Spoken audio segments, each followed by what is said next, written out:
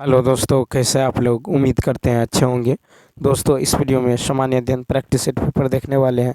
यह video BPSC tree 4.0 के लिए अत्यंत आवश्यक है, तो आप लोग लास्ट तक जरूर बने रहिएगा। इसके अलावा यदि आप मैथ, इंग्लिश,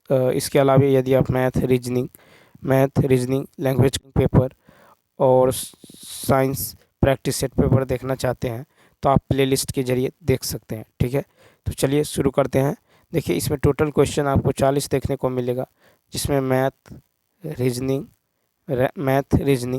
जीके जीएस और करंट अफेयर्स देखने को मिलेगा।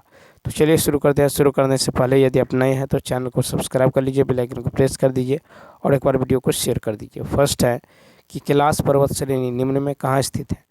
तो देखिए 31 का होगा ई ऑप्शन। देखिए, कैलाश पर्वत श्रेणी ट्रांस हिमालय में स्थित है। ट्रांस हिमालय की अवस्थिति महान हिमालय, वृहद हिमालय के उत्तर में है। ट्रांस हिमालय का अधिकांश भाग जो है तिब्बत में है, अतः इसे तिब्बतियन हिमालय भी कहा जाता है। ट्रांस हिमालय के अंतर्गत कैलाश, लद्दाख, जास्कर, काराकोरम आदि पर्वत श्रेणी है। ट्रांस हिमालय की सबसे ऊंची चोटी गॉडविन ऑस्टिन यानी केटू है। गॉडविन ऑस्टिन केटू विश्व की दूसरी सबसे ऊंची चोटी, जिसकी ऊंचाई 8,611 मीटर है। गॉडविन ऑस्टिन यानी केटू काराकोरम पर्वत श्रेणी में एक अधिकृत जो है कश्मीर यानी पीओके में स्थित है। नेक्स्ट है कि सिपकिल्ला दर्रा किस राज्य में है? तो देखिए, सिपकिल्ला दर्रा जो है किस राज्य में है? तो सी ऑप्शन, हिमाचल प्रदेश।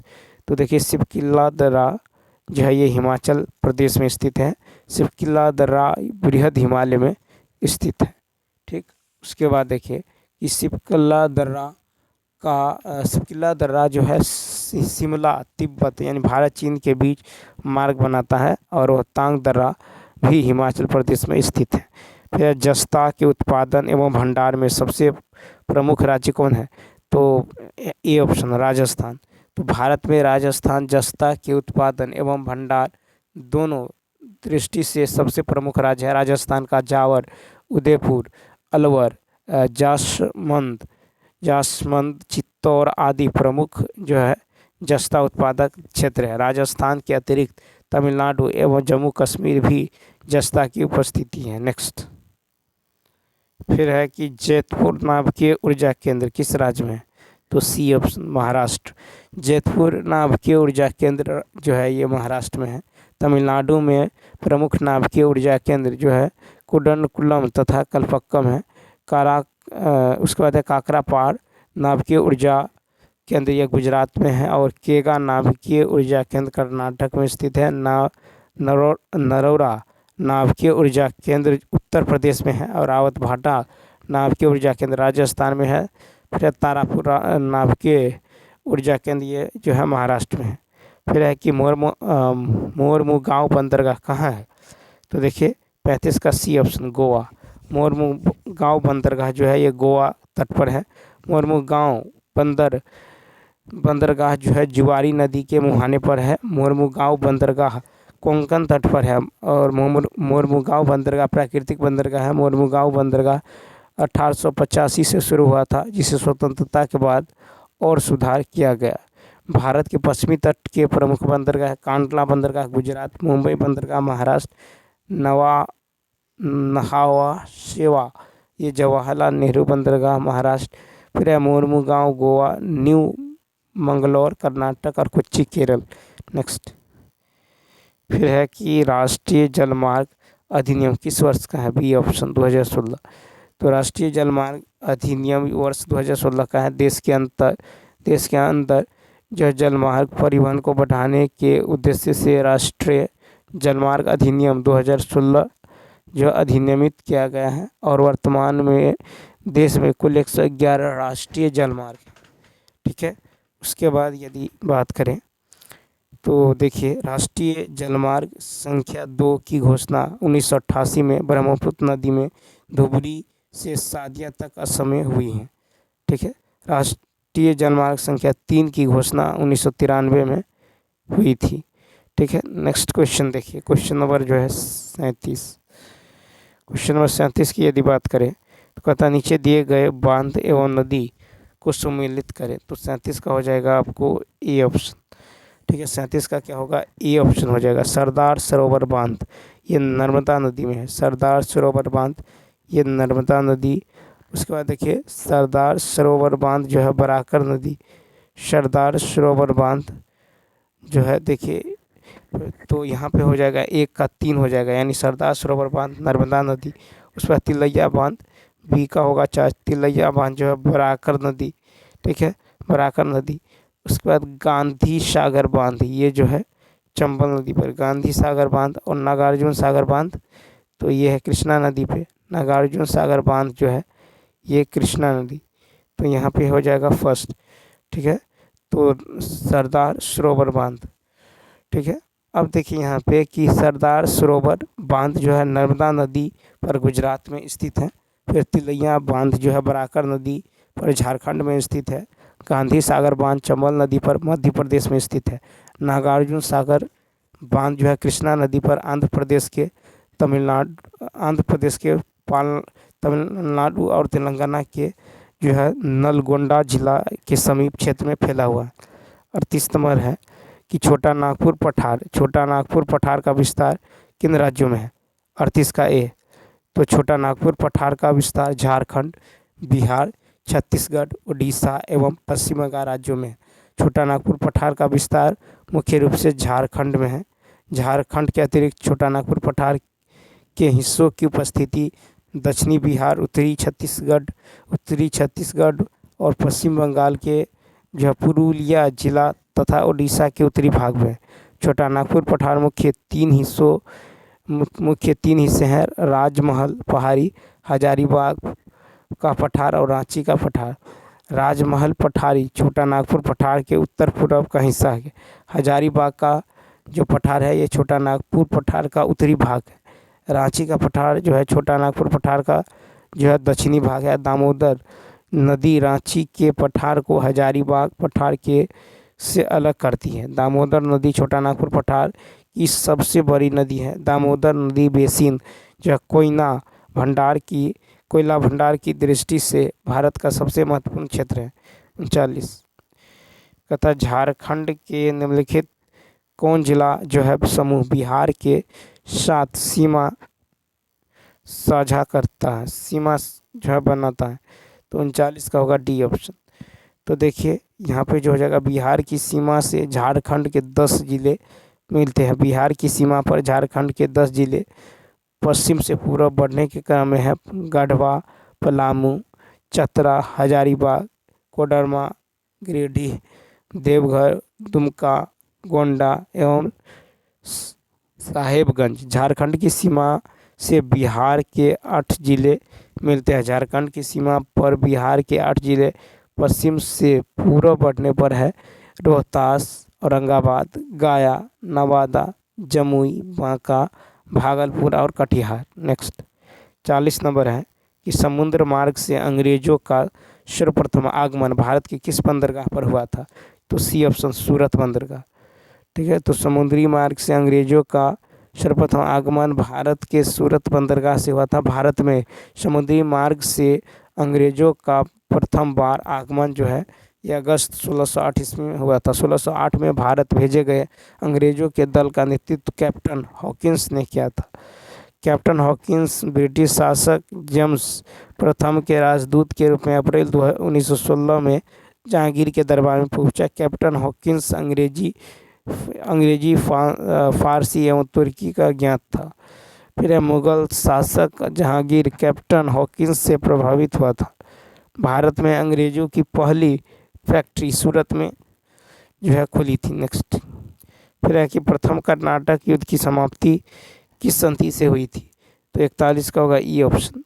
तो एला सापले में 1748 इसमें हुई संधि से यूरोप में जो है शुरू हुआ ऑस्ट्रिया के उत्तराधिकार युद्ध की समाप्ति हुई थी, ठीक है। प्रथम कर्नाटक युद्ध 1746 से 1788 के मध्य लड़ा गया था, ठीक है। नेक्स्ट क्वेश्चन की यदि बात करें, नेक्स्ट क्वेश्चन 42 नंबर देखिए। वर्ष 1946 में अंतिम सरकार बनाने के लिए किस जो है वायसराय ने, किस वायसराय ने कांग्रेस अध्यक्ष जो है जवाहरलाल नेहरू को निमंत्रण भेजा? 42 का बी ऑप्शन, लॉर्ड बेवेल। तो 1946 में अंतरिम सरकार बनाने के लिए वायसराय लॉर्ड बेवेल ने कांग्रेस अध्यक्ष जवाहरलाल नेहरू को नियंत्रण भेजा था। 1946 में गठित जो अंतरिम सरकार देखिए 1946 में गठित जो अंतरिम सरकार वास्तव में वायसराय की कार्यकारिणी परिषद थी। ठीक है, अब देखिए 2 सितंबर 1946 को अंतरिम सरकार गठित हुई थी। शुरू में यह अंतरिम सरकार जो है मुस्लिम 1946 में जो है कि तो देखिए यहाँ पे लॉर्ड बेवेल के प्रयास से अक्टूबर 1946 में मुस्लिम लीग के 5 सदस्य जो है इस परिषद में शामिल हुए। नेक्स्ट, फिर है स्वामी जो है विवेकानंद किस वर्ष शिकागो में आयोजित वर्ष सम्मेलन शामिल हुए थे? 43 का सी ऑप्शन, 1893। ठीक है, तो स्वामी विवेकानंद 1893 ईस्वी में अमेरिका के शिकागो शहर में आयोजित विश्व धर्म सम्मेलन में हिंदू धर्म के प्रतिनिधि के रूप में भाग लिए थे। ठीक है, उसके बाद देखिए रामकृष्ण मिशन का मुख्यालय कलकत्ता के निकट वेल्लूर में स्थापित किया गया था। 44 है कि किस अधिनियम से प्रांतों में जो है द्वैध शासन की शुरुआत किया गया था? तो 44 का जो राइट आंसर होगा सी ऑप्शन, भारत शासन अधिनियम 1919। भारत शासन अधिनियम 1919 द्वारा प्रांतों में द्वैध शासन की शुरुआत का उपबंध जो है उपलब्ध कराया गया था। ठीक है, उसके बाद देखिए नेक्स्ट क्वेश्चन, फिर है कि निम्नलिखित में से किस ब्रिटिश एक्ट में यह प्रावधान पहली बार उपस्थित कराया गया कि कंपनी की आय से भारतीयों की शिक्षा के लिए प्रतिवर्ष 1 लाख रुपये किया जाएगा? तो 45 का होगा बी ऑप्शन, चार्टर अधिनियम 1813। ठीक है, तो चार्टर अधिनियम 1813 के विभिन्न उपबंधों में एक उपबंध यह था कि कंपनी की आय से भारतीयों की शिक्षा के लिए प्रतिवर्ष 1 लाख रुपया व्यय किया जाएगा। नेक्स्ट, देखिए 46 है कि निम्नलिखित में से कौन तथ्य सही है? 46 का होगा ए ऑप्शन। ठीक है, तो असहयोग आंदोलन के दौरान जयप्रकाश नारायण ने पटना कॉलेज की स्थापना को मंजूरी दिया था। तो यहाँ पे राइट आंसर क्या होगा? तो यहाँ पे जो राइट आंसर होने वाला है ए ऑप्शन, यानी केवल एक। फिर दूसरा है कि असहयोग आंदोलन के दौरान डॉक्टर राजेंद्र प्रसाद जो है वकालत नहीं की।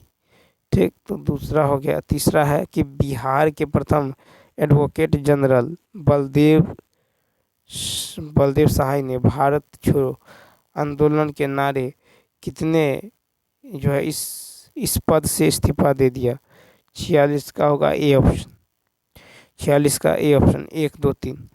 नेक्स्ट है कि प्रथम अखिल भारतीय किसान सभा के अध्यक्ष, प्रथम अखिल भारतीय, तो देखिए प्रथम अखिल भारतीय किसान सभा के अध्यक्ष स्वामी सहजानंद सरस्वती थे, यानी ए ऑप्शन। ठीक है, प्रथम अखिल भारतीय किसान सभा का आयोजन जो है अप्रैल 1936 में लखनऊ में हुआ था। नेक्स्ट, और देखिए तथा मैथिली भाषा को संविधान की 8वीं अनुसूची में संविधान देखिए 8वीं अनुसूची में संशोधन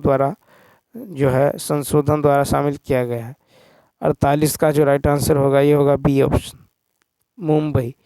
ठीक है, तो यहाँ पे ये देखिए मैथिली भाषा को संविधान की 8वीं अनुसूची में 92वां ऑस्कर संशोधन अधिनियम 2003 से शामिल किया गया है। नेक्स्ट, बिहार के प्रथम प्रीमियर कौन बने? 49 का होगा ई ऑप्शन। तो देखिए बिहार के प्रथम प्रीमियर प्रधानमंत्री मोहम्मद यूनुस को बनाया गया था। 1 अप्रैल 1937 को मुख्यालय यूनुस के नेतृत्व में, ठीक है, तो 1 अप्रैल 1936 को 1936 के नेतृत्व में बिहार में पहला भारतीय मंत्रिपरिषद बैठक की गई। नेक्स्ट फिर है कि बजट, बिहार बजट 2023-24 में राजकोषीय घाटा जो है राजकोषीय घाटा जीएसडीपी का कितना प्रतिशत दर्शाया गया। तो जीएसपीडी, तो देखिए 50 का जो होगा ये हो जाएगा आपको ए ऑप्शन, क्या होगा ए ऑप्शन 2.98%। तो बिहार बजट में राजकोषीय घाटा जो है जीएसडीपी का 2.82% अनुमानित किया गया है। नेक्स्ट क्वेश्चन देखिए, नेक्स्ट क्वेश्चन की यदि बात करें, क्वेश्चन नंबर 51 है कि मल्लिका और रानी के पास इतना रुपए हैं। रानी और मल्लिका के पास 273 रुपये हैं, ठीक है, जबकि तमाली और मल्लिका के पास 280 है। तो मल्लिका के पास कितनी राशि है? तो यहाँ पे देखिए मल्लिका और रानी, तो ये है 227 समीकरण 1। फिर है रानी और मल्लिका, रानी और तमाली, ये है 273 रुपये, ठीक है। उसके बाद यदि देखें तो तमाली प्लस मालिक, ठीक है। तो यहाँ पे आप यदि गौर करें तो क्या होगा, तो तीनों को यदि जोड़ दें तो 2 इंटू यहाँ पे हो जाएगा मलिक रानी तमाली बराबर 760, ठीक है 760। तो यहाँ पे जो हो जाएगा, सॉरी यहाँ पे जो ऐड करेंगे सबको तो ये हो जाएगा 780, ठीक है। तो 780, तो यहाँ पे निकालेंगे मलिक प्लस रानी प्लस तमाली, ये हो जाएगा 780 बटा में 11 यानी 390।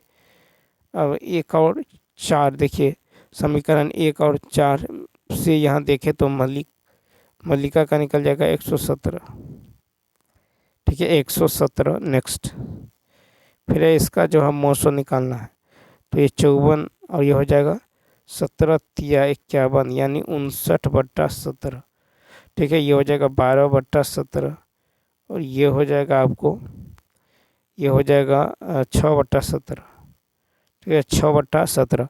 तो यहाँ पे इसका मौसम निकालना है, भिन्नों का मौसम होता है अंश का मौसम बटा हर का लॉस, ये होगा 6/17 यानी इसका राइट आंसर होगा सी। नेक्स्ट फिर है कि एलिमेंट को इस तरह लिखा गया है, तो डिजीज को किस तरह लिखा जाएगा। तो देखिए एलिमेंट ई को लिखा गया है, ए को लिखा गया है 1, ठीक है, और 9 आता है 9 पे, 9 को लिखा गया है 9, ठीक है। उसके बाद देखिए एल आता है आपको 12 पे, तो 12 को लिखा गया है 2, एम है 13 पे तो लिखा गया 3, इकाई स्थान लिया गया। इसी प्रकार यदि हम देखें तो इसमें देखिए क्वेश्चन नंबर जो है 54 की यदि बात किया जाए तो यहाँ पे देखिए डिजीज को इसी प्रकार लिखेंगे, तो डी आता है 4 पे, आई आता है 9 पे, एस आता है 19 पे तो 9 लेंगे, ई आता है 5 पे, ए आता है 1 पे, एस 19 पे तो 9 आई 5। तो यहाँ पे क्या होगा 41 95 19 5 41, ठीक है। यहाँ पे जो आपको मौका मिला, सॉरी 49 499 499 51 95 499, ठीक है 499 51 और 51 और कितना होगा 95, 51 और 95 ये ऑप्शन। नेक्स्ट फिर है 3 संख्याओं के औसत पहले 2, देखिए 3 संख्या का औसत जो है ये पहले 2 का औसत इतना है, जबकि तीसरा जो है देखिए यहाँ पे तो क्या होगा, जबकि 3 संख्याएं क्रमशः कौन सी हैं 54 का, तो देखिए तीनों संख्या का योग होगा 3 गुने 7 यानी 21 होगा, ठीक है। 2 संख्या का योग 2 गुने 5 यानी कितना होगा 10 होगा। फिर 3 संख्या का योग कितना होगा 30, ठीक है। तो 3 यहाँ पे जो है अंतिम 2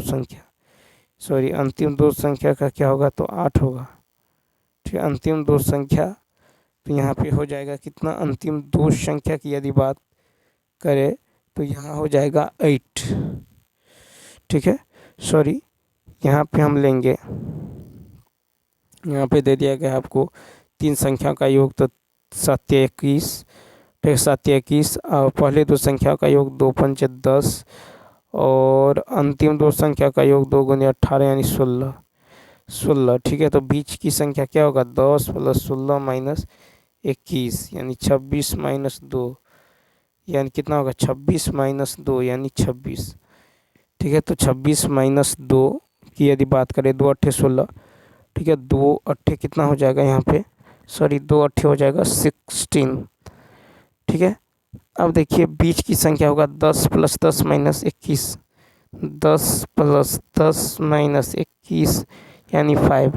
तो पहली संख्या होगा 10 प्लस 10 माइनस 5 यानी कितना 5, और अंतिम जो होगा 16 माइनस 5 यानी 11। इसका राइट आंसर होगा ए ऑप्शन। नेक्स्ट देखिए 55 है कि केशव और विपुल की आयु का अनुपात 9, 10 है। 12 वर्ष बाद उनका आयु इतना हो जाता है।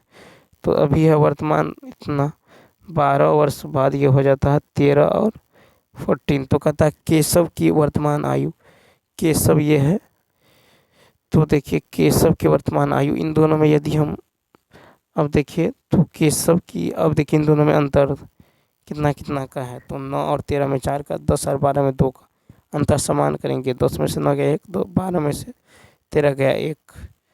ठीक है, तो यहाँ पे हम 9 और 13 का अंतर, और 12 और देखिए 13 और यहाँ पे 14 है, तो इन दोनों में अंतर कितना का है, 9 4 13 और यहाँ पे 14 है, तो 4 यूनिट किसके बराबर है, 12 के, तो 1 यूनिट 3 के बराबर, तो 9 यूनिट किसके बराबर होगा, 9 यूनिट, 9 3 27 यानी ए ऑप्शन। नेक्स्ट क्वेश्चन देखिए 55, तो यहाँ पे हो जाएगा ए ऑप्शन। फिर है कि एक परीक्षा में 85 में से 40 छात्रों ने 40% से कम अंक अर्जित किए हैं।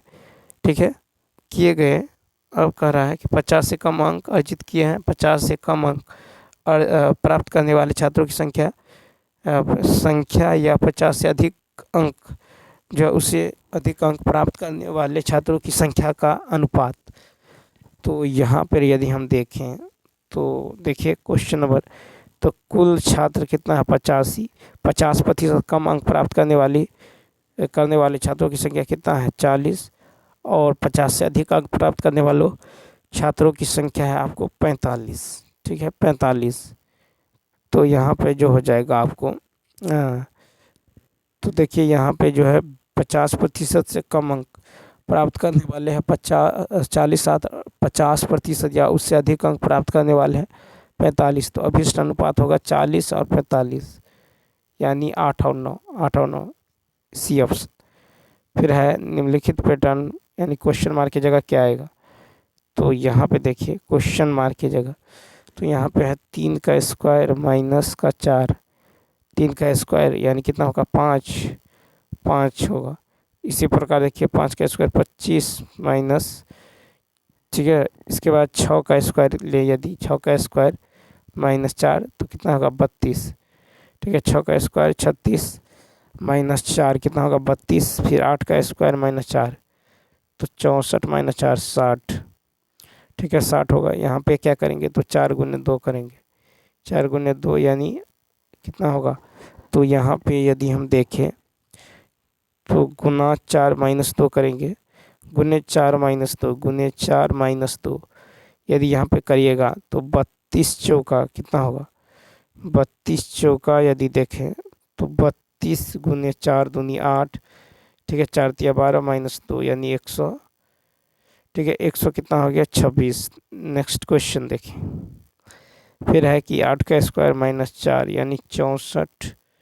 ठीक है 8 का स्क्वायर 64 गुने में क्या होगा 10 होगा, 64 गुने में क्या होगा, तो यहाँ पे आप गुने में ले सकते हैं 2, हाँ गुने में। अब देखिए 8 का स्क्वायर माइनस 4, 8 का स्क्वायर माइनस 4, तो 8 का स्क्वायर माइनस 4 ये हो जाएगा कितना 64 माइनस 4, 64 यानी 64 माइनस 4 हो जाएगा आपको 60, और इसको 2 से 60, ठीक है तो 60 हो जाएगा, फिर इसको 4 से गुना माइनस 2 करेंगे, ये हो जाएगा 238। ठीक है 238 हो जाएगा। नेक्स्ट क्वेश्चन अब देखिए 238 यहाँ पे है, क्वेश्चन मार्क की जगह क्या आएगा, तो यहाँ पे क्वेश्चन मार्क की जगह जो आ जाएगा ये आ जाएगा आपको 6 का स्क्वायर माइनस 4, यानी ये 32 32 को जो है 3 से गुना करेंगे, या फिर 6 दूनी 12, 6 तिक 18, 19। यहाँ पे देखिए 4 से गुना माइनस 2 करेंगे, 4 से गुना माइनस 2 करेंगे कितना होगा 126, यानी 126 का है तो ई ऑप्शन। नेक्स्ट क्वेश्चन देखिए, फिर है कि एक राशि इतना साल के लिए 8% वार्षिक साधारण ब्याज पर 360 रुपये समान राशि और समान ब्याज दर के हिसाब से समय दोगुना कर दिया जाए तो चक्रवृद्धि ब्याज ज्ञात करें। 58 का जो होगा तो साधारण ब्याज होगा P इंटू 1.5 इंटू 8/100, ठीक है, ये निकल जाएगा 360। 360 अब देखिए यहाँ पे जो है दे दिया गया है कि 12P जो है 360 गुने 12 के बराबर होता है, ठीक है, तो P का जो मान यहाँ से निकल जाएगा ये निकल जाएगा 30,000, ठीक है। उसके बाद देखिए यहाँ पे 3,000, सॉरी, यहाँ पे निकल जाएगा कितना 3,000। अब निकालना है प्रश्न से चक्रवृद्धि ब्याज होगा P, ठीक है, P into 1 plus R by 100, ठीक है, P into 1 plus R by 100 के पावर n-1, ठीक है, यानी ये निकल जाएगा कितना तो 779 पॉइंट, फर्स्ट ऑप्शन। अब देखिए नेक्स्ट क्वेश्चन है कि इनमें सर्वाधिक महत्वपूर्ण सिंचाई साधन, सी ऑप्शन नहर तथा नलकूप, तो सर्वाधिक महत्वपूर्ण सिंचाई का साधन नहर एवं नलकूप है, ठीक है। DVC की स्थापना 1948 में किया गया था। बहुउद्देशीय नदी घाटी परियोजना से सिंचाई, बिजली और बाढ़ नियंत्रण की 3 प्रमुख उद्देश्य हैं। नेक्स्ट 60 है कि खालिस्तान कोशिका एक प्रकार की जो है अपशिष्ट निक्षालन प्रणाली है जिसे किसी भी बाह्य राष्ट्रीय के साथ साथ अखंड को चुनौती जो है, अखंड देखिए यहाँ पे जो है कि कोशिका की एक प्रकार की अपशिष्ट निस्तारण प्रणाली है, ठीक है, वे किसी भी बाह्य सामग्री के साथ साथ खराब हो चुके कोशिकांगों को पाचक कोशिका को साफ करने में मदद करता है, तो 60 का बी ऑप्शन। लाइसोसोम, लाइसोसोम कोशिका जो उपास्थि निपटाने वाला जो है अंग है, ठीक है। अब देखिए क्वेश्चन नंबर जो है नेक्स्ट की यदि बात करें तो लाइसोसोम को देखिए आत्महत्या की थैली भी कहा जाता है, ठीक है। माइटोकॉन्ड्रिया को powerhouse of the cell कहा जाता है। 61 जब हम एक हथौड़े की मदद से मांसपेशीय बल लगाते हैं तो इनमें से कौन सा कथन बल की दिशा, बल की कील की दीवार में जो है गठन ठोकने में मदद करते हैं। 61 का सी ऑप्शन घर्षण, ठीक है, क्या हो जाएगा तो यहाँ पे घर्षण हो जाएगा। 62 नंबर, 62 है कि चूना, पत्थर, चौक, संगमरमर खाली स्थान के विभिन्न रूप हैं। 62 का ई ऑप्शन। तो देखिए चूना, पत्थर, चौक और संगमरमर जो है कैल्शियम कार्बोनेट के जो है विभिन्न रूप हैं, ठीक है। कैल्शियम कार्बोनेट का रासायनिक सूत्र CaCO3 होता है। कैल्शियम हाइड्रोक्साइड को बुझा हुआ चूना कहते हैं। कैल्शियम हाइड्रोक्साइड का रासायनिक सूत्र COH के हॉल2। सोडियम हाइड्रोक्साइड का रासायनिक सूत्र NaOH और अमोनियम ऑक्साइड का रासायनिक सूत्र NH4OH होता है। अमोनियम ऑक्साइड का अनुसूत्र कितना होता है तो यहाँ पे जो है राइट आंसर होगा E option. Next question, ammonium hydroxide क्षारीय प्रकृति के हैं। नेक्स्ट 63 नंबर देखिए, 63 है कि वह साइट जहाँ अंतः स्रावित ग्रंथियों किसी अंग विशेष तक पहुँचाने के लिए रक्त प्रवाह में हार्मोन स्रावित करती हैं, किस नाम से जाना जाता है। 63 का बी, ये टारगेट साइट के नाम से जाना जाता है। नेक्स्ट फिर है कि खाली स्थान सामग्री, खाली स्थान के मान जितना अधिक होगा उतना ही तेजी से जो है यह ऊष्मा को संचालित करेगा। तो 64 में देखिए तो सी ऑप्शन ऊष्मीय चालकता, तो यहाँ पे हो जाएगा ऊष्मीय चालकता, ठीक है, ऊष्मीय चालकता। तो किसी सामग्री के ऊष्मीय चालकता का मान जितना अधिक होगा उतना ही तेजी से ऊष्मा को संचालित करेगा। विशिष्ट ऊष्मा का मात्रक जो है जूल पर केजी कैलोरी होता है। और जल की विविधता, जल की विशिष्ट धारिता जो है, धारिता ऊष्मा जो है 1 जूल पर ग्राम। ठीक है। उसके बाद देखिए यहाँ पे क्वेश्चन नंबर जो है, क्वेश्चन नंबर 65 की यदि बात करें, देखिए एक जो है ठोस में ताप का चालन फोनोनस के कारण होता है। ठीक है, फोनोनस के कारण। क्वेश्चन नंबर नेक्स्ट कहता पुष्प के मध्य में खाली स्थान स्थित मादा प्रजनन भाग होता है। 65 का ये अंडप। ठीक है, तो मनुष्य देखिए पुष्प के मध्य में स्थित अंडप मादा प्रजनन भाग है। ठीक है, फिर है जायांग, पुष्प का अवास्तविक मादा भाग होता है। यह पुष्प का चौथा और सबसे भीतरी वक्र कहते हैं। ठीक है, अब देखिए यहाँ पे क्वेश्चन नंबर नेक्स्ट कहता किसी आधुनिक वनस्पति जनक वनस्पति विज्ञान का जनक माना जाता है। 66 का सी, कार्ल लिनियस को। ठीक है, तो कार्ल लिनियस को आधुनिक वनस्पति विज्ञान का जनक माना जाता है। ठीक है, अब देखिए जीव विज्ञान शाखा जनक है अरस्तु, और जीवाश्मिकी ये है लियोनार्डो डी विंसी, और उसका आधुनिक आनुवांशिकी ये है TH मॉर्गन, और है पादप कायिका इसके है स्टीफन हेल्स। और देखिए आधुनिक भ्रूण विज्ञान इसके जो जनक है यह है वॉन बेयर। वनस्पति विज्ञान थियोस्फीयर। फिर है आपको भारतीय कवक विज्ञान यह है जे ब्रुटलर। नेक्स्ट फिर है भारतीय सिनेमा का सर्वोच्च award Dada Saheb Phalke life time achievement award 2023 किसे सम्मानित किया गया? 67 का सी, वहीदा रहमान को। नेक्स्ट है कि 23 मई 2023 को त्रिपुरा के निकट किसे जो है अपना ब्रांड एम्बेसडर बनाया गया है? तो यहाँ पे देखिए आप, हाँ यहाँ पे हो जाएगा 23 मई 2023 को त्रिपुरा पर्यटन विभाग ने सौरभ गांगुली को ब्रांड एम्बेसडर बनाया। ठीक है, तो सौरभ गांगुली। उसके बाद है सौरभ गांगुली को बंधन बैंक और त्रिपुरा पर्यटन विभाग के व्यक्ति माना है। अरुणाचल प्रदेश के है संजय दत्त। ठीक है, चुनाव आयोग का जो यहाँ पे है सचिन तेंदुलकर।